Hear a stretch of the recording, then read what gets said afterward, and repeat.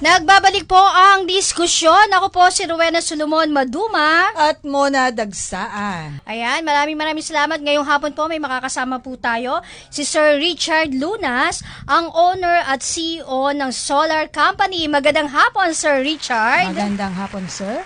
Ma'am, magandang hapon po. Ayan, marami pong salamat. O diba, yung mukha ni Sir nakangiti di ba? Pati mata niya nakangiti. Vibes. Oo, nakaka-good vibes. Eto wag na tayo magpatumpik-tumpik pa. Oo. At syempre napakinggan natin yung balita ni Mads, di ba? Na isa nating reporter. Sir Richard, eto, ano ang pangunahing benepisyo na makukuha ng mga pamilya o negosyo kapag nag-install sila ng solar panels? Ayan po, napakagandang tanong po yan. Talaga pong napakaganda ng benepisyo po kapag ang isa pong household or business ay nagpa-install ng solar. Number one po doon ay ang pagbaba ng bayarin sa Meralco. Sa bill po ng power supply. So yan po yung pinakaunang-unang ma-enjoy ng isang residential or commercial na sila ay nagpa-install ng solar. Lalo pa ngayon po, napapanahon na talagang pataas ng pataas. Expect po natin na tataas talaga ang rate o ang rate ng Meralco o ng ano pa mang distributor po ng energy dahil po sa kaguluhan na nagaganap ngayon sa Middle East. Tama At eksakto po, summer ngayon. Yes. Malakas ang demand po. Paggamit. Malakas ang demand ng kuryente. Masabi ko po na necessity na rin talaga na sa loob ng bahay ay naka-air condition dahil po sa pabago-bagong klima natin. So makakatulong po, malaking tulong talaga kapag tayo ay nagpa-install ng solar. At hindi po mahirap at hindi rin po mabigat pag nagpa-install ng solar. Sa ngayon po ma'am, napakamura na lang po ng solar. Eto may nagtatanong sa atin. Yes, sinabi ni Sir Richard na mura yung pagpapakabit ng solar. Eto, mayroon ba kayong mga plano o yung pakete na angkop sa iba't ibang budget ng mga Pilipino? Ayan, maganda. Marami po.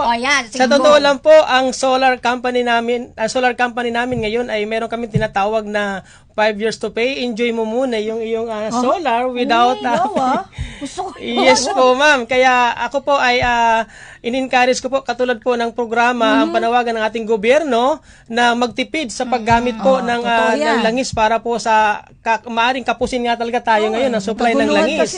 So ang solar po ay talagang sustainable energy ito. Dahil dependent po ito sa araw. So marami pong maitutulong talaga nito. Itong pagka nagkaroon po tayo ng solar sa ating tirahan o sa ating mga negosyo kapag gumamit tayo nito. Sir, nabanggit nyo yung makakatulong to doon sa mga kababayan natin. Yes po. Ano yung mga kinakailangan sa isang bahay o lote para maging angkop ito sa paglalagay ng solar system? Pag ikinabit. Yes, importante po talagang maayos ang bubong. Ayun, hindi pwede. Yung mga bubong. Yung mga bubong nyo, Huwag muna may gulong-gulong. Alisin nyo muna yung mga takip-takip dyan. Kasi hindi makakabit na gulong. hindi makakabit ng maayos yung solar. Correct Paanong klaseng maayos yung bubong? Opo, paanong Yes po. Number one po, para ma-enjoy talaga natin, siyempre mga kababayan natin, ang bahay na, sabihin natin maliit lang yung bubong, pero since ngayon po ay marami pong mga bagong materials na which is ang isang panel ay kaya ng mag 720 watts na kaya ng 4 na solar panel sa bubong, mapapailaw niya na yon, magagamit niya na yon based doon sa kanyang area ng bubong. Pero hindi naman po talaga totally problema yung sabihin natin yung liit or laki ng bubong dahil may mga solution po lagi doon. Pwede natin install ang solar panel, gagawa tayo ng sa isang area na po pwedeng mag-fabricate ng paglalagyan lang ng solar.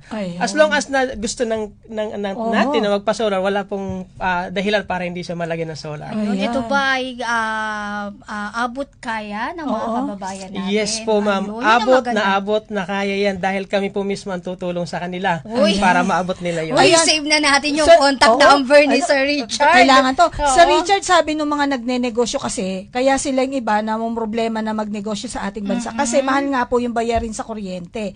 Ngayon po matanong namin, yun pong mga kababayan natin na nagbabalak na magnegosyo, magkakaroon na sila ng lakas ng loob. Kasi pag nagpakabit sila ng solar panel na ganyan, parang hindi na gano'n ka-problema ang babayaran nila sa kuryente. Paano po yun? Ma-explain po ninyo sa mga kababayan natin.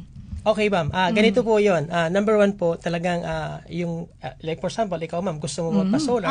gusto mo Dapat magpa-solar. talagang decided ka doon. As long as nakita namin yun, tutulungan namin talaga kayo. Dahil ang goal namin, ma'am, makatulong din tayo hindi lamang po sa pagbaba ng ating mga bayarin. Konsumo. Sa mga konsumo na 'yan. Malaking tulong din 'to sa ating environment. Ang aming goal po ay magkaroon tayo ng sabi nga greener country. Maging ano tayo dito, sabi nga pasok tayo dito sa renewable energy na. Mag-switch tayo dito.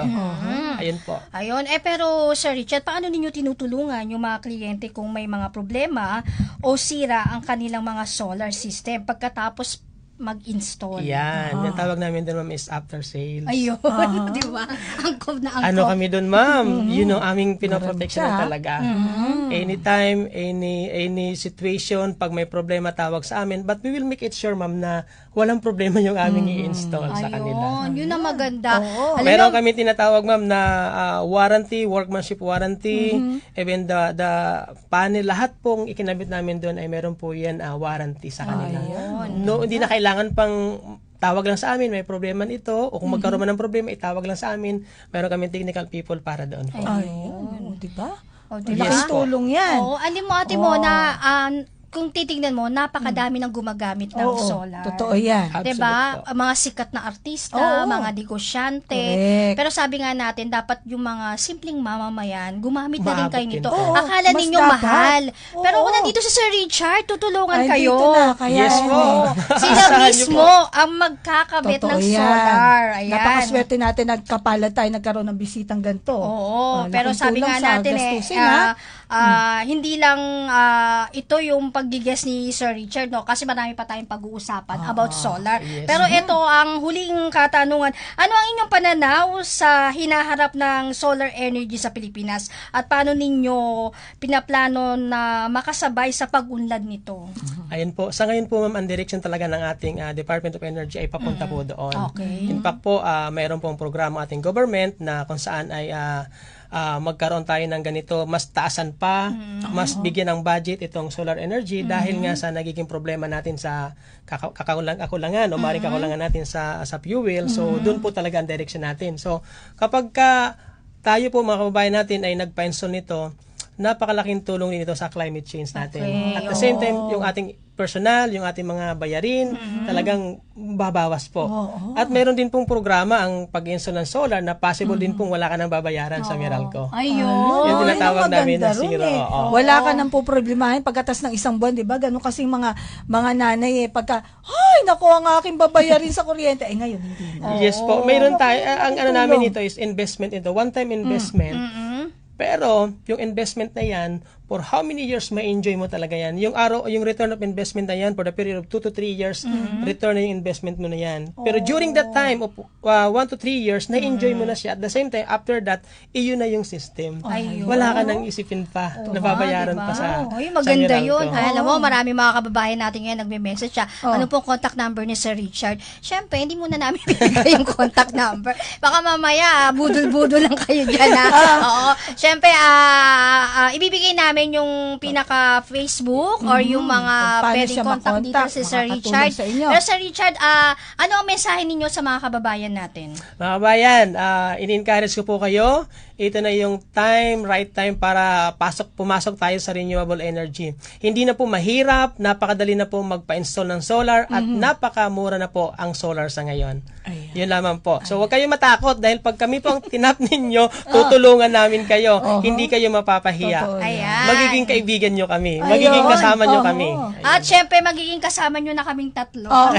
Ito, basahin muna natin itong parating message ni Ate Carmela. Okay. Ano pong kailangan gawin kung magpapakabit kami ng solar, Sir Richard? Meron ko Uy, meron na nagtatanong. Si Ate Carmela. Oo, Ate Carmela. Ayan. Oo, kasi wala na tayong oras. Oo. Bakit kasi At Sige po. yung mga katanungan na yan, maigigess natin ulit si Sir Richard. Correct. Oo. Lahat ng katanungan ninyo, sasagutin niya yan. At Yes. igigess natin yan sa serbisyong pangkabuhayan. Ayun. Ayan. Abangan Maraming yan. salamat, Sir Richard Lunas, ang owner at CEO ng isang solar company. Ayan. Ayan, maraming salamat.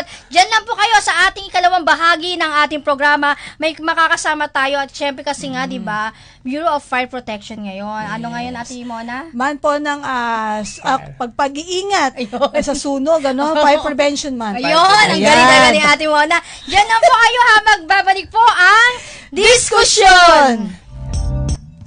Thank you. EBC, Eagle Broadcasting Corporation. Ito ang Radyo Agit.